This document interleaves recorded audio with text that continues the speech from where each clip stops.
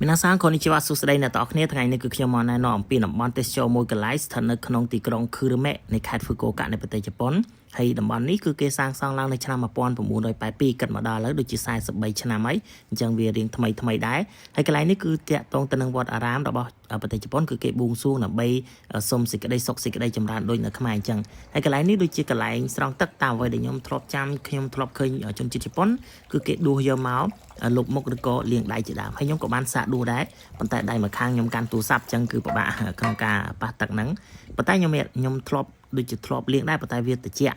ហើយនេះគឺយើងបន្តដំណើរទៅកន្លែងប្រម៉ែកុងស្អ៊ីមក៏ប៉ុន្តែនៅពាក់កណ្ដាលផ្លូវហ្នឹងគឺអ្នកតោះគ្នាទីទៀតឃើញហើយគឺមានផ្លូវចូលមួយដែលយើងអាចចូលបាននៅក្នុងហ្នឹងគឺមានរឿងគួរចាប់អារម្មណ៍មួយចំនួននៅក្នុងហ្នឹងមានតាំងពីព្រះពុទ្ធបដិមាមានតាំងពីរូងភ្នំហើយមានរូបចម្លាក់ផ្សេងដូចអ្នកទាំងអស់គ្នាឃើញហើយថ្ងៃហ្នឹងថ្ងៃសៅរ៍ក៏ពិតមែនក៏ប៉ុន្តែអត់សូវមានអ្នកទេសចរមកលេងទេប៉ុន្តែពេលល្ងាចមកបន្តិចពេលខ្ញុំចប់ទៅវិញគឺមានជនជាតិជប៉ុនគេមកជាហូរជាហែដោយសារពេលថ្ងៃប្រហែលជាគេអត់សូវមកឬក៏គេមកពេលល្ងាចខ្ញុំអត់សូវដឹងដែរតែពេលខ្ញុំទៅហ្នឹងគឺកំឡុងម៉ោង2ម៉ោង3ហ្នឹងហើយកន្លែងនេះគឺព្រះពុទ្ធបដិមារូបដូចជាព្រះយូឡាយអញ្ចឹងហើយកន្លែងនេះទៀនគឺខ្ញុំកម្រឃើញមែនតើអ្នកទាំងអស់គ្នាមានទៀនសទៀនខ្មៅមានតកេអញ្ចឹងទៅតិចទៀតគេយកមកអុជនៅតូបខាងស្ដាំហើយទៀនហ្នឹងគឺខ្ញុំអត់ដែរឃើញគេលក់នៅផ្សារទេអ្នកទាំងអស់គ្នាគឺកម្រដូចខ្ញុំនិយាយចឹងគឺប្រហែលឆ្នាំហ្នឹងទៅឃើញទៀនម្ដងហ្នឹងទេហើយនេះពេលខ្ញុំដើរចូលទៅក្នុងទៀនហ្នឹងគឺអ្នកទាំងអស់គ្នាបានឃើញរូបចម្លាក់ផ្សេងមកបន្តិចទៀតខ្ញុំនឹងបរិចឲ្យអ្នកទាំងអស់គ្នាមើលអំពីរូបចម្លាក់នីមួយហើយពេលយើងចូលទៅចិត្តទៅគឺមានច្រើនមែនតើរូបចម្លាក់គឺខុសគ្នាហើយនេះអ្នកទាំងអស់គ្នាដូចឃើញចឹងខ្ញុំមានអារម្មណ៍ថារូបចម្លាក់ទាំងអស់ហ្នឹងគឺដូចនៅក្នុងរឿងចិនពីព្រោះតែងតែឃើញនៅក្នុងរឿងចិនដែលគេលើកយកមកបង្ហាញពីព្រះពុទ្ធបដិមាឬក៏រូបចម្លាក់ផ្សេងឬក៏លហានផ្សេងចឹងទៅបន្តមកទៀតគឺខ្ញុំដើរចូលទៅក្នុងរូងភ្នំហើយនេះគឺជាចង្អូមើលទៅខ្ញុំមានអារម្មណ៍ថាដូចឈាមមែនតើហើយនៅខាងលើហ្នឹងគឺគេដាក់រូបសំណាកដូចជាយក្សពណ៌ខ្មៅមួយតែខ្ញុំអត់ដឹងថាគេតំណាងអីដែរអ្នកទាំងអស់គ្នាហើយខ្ញុំបានដើរចូលត្រឹមប៉ុណ្ណឹងអត់ហ៊ានចូលទៅមុខមកបន្តិចទៀតទ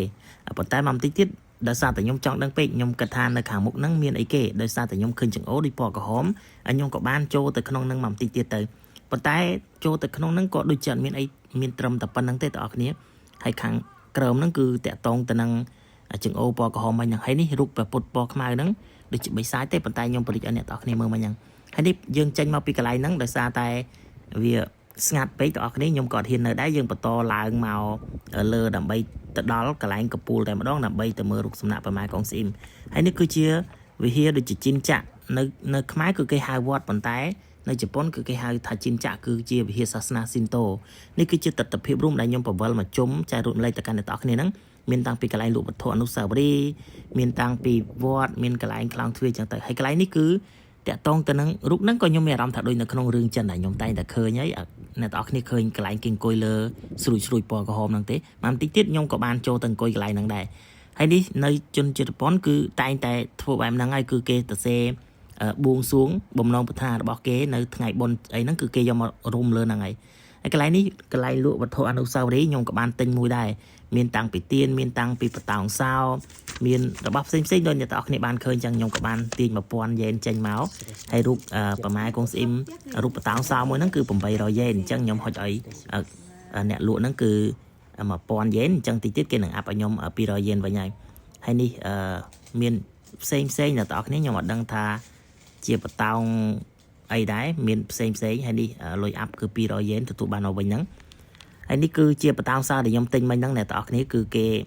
េយកមកចេញពីរូបសំណាកប្រម៉ែកុងស្អ៊ីមហ្នឹងហើយរូបប្រម៉ែកុងស្អ៊ីមហ្នឹងគឺធំមែនតើនេះខ្លោងទ្វារចូលមកបន្តិចទៀតហ្នឹងខ្ញុំចូលប៉ុន្តែកន្លែងនេះខ្ញុំភ្លេចបង់លុយអ្នកទាំងអស់គ្នាតាមពិតយើងចូលហ្នឹងក៏ត្រូវបង់លុយដែរប៉ុន្តែអ្នកលក់ហ្នឹងក៏ចាប់អារម្មណ៍ថាខ្ញុំចូលដែ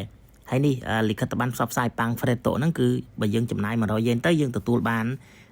លិខិតណែនាំអំពីថាយើងគួរដើរទៅតំបន់ណាហើយនេះសម្រាប់មនុស្សធំគឺ500 យ៉េនសម្រាប់សិស្សអនុវិទ្យាល័យ200 យ៉េនហើយក្មេងៗតូចៗហ្នឹងគឺ100 យ៉េនហើយខ្ញុំហុចឲ្យគេ500 យ៉េនគឺទទួលបានសំបុត្រមួយហ្នឹងហើយមកបន្តិចទៀតវីដេអូវគ្គទី1គឺមានតែប៉ុណ្្នឹងទេរឿងដែលគួរចាប់អារម្មណ៍គឺវីដេអូវគ្គទី2និងវគ្គទី3អ្នកទាំងអស់គ្នាគឺមានរឿងផ្សេងនៅក្នុង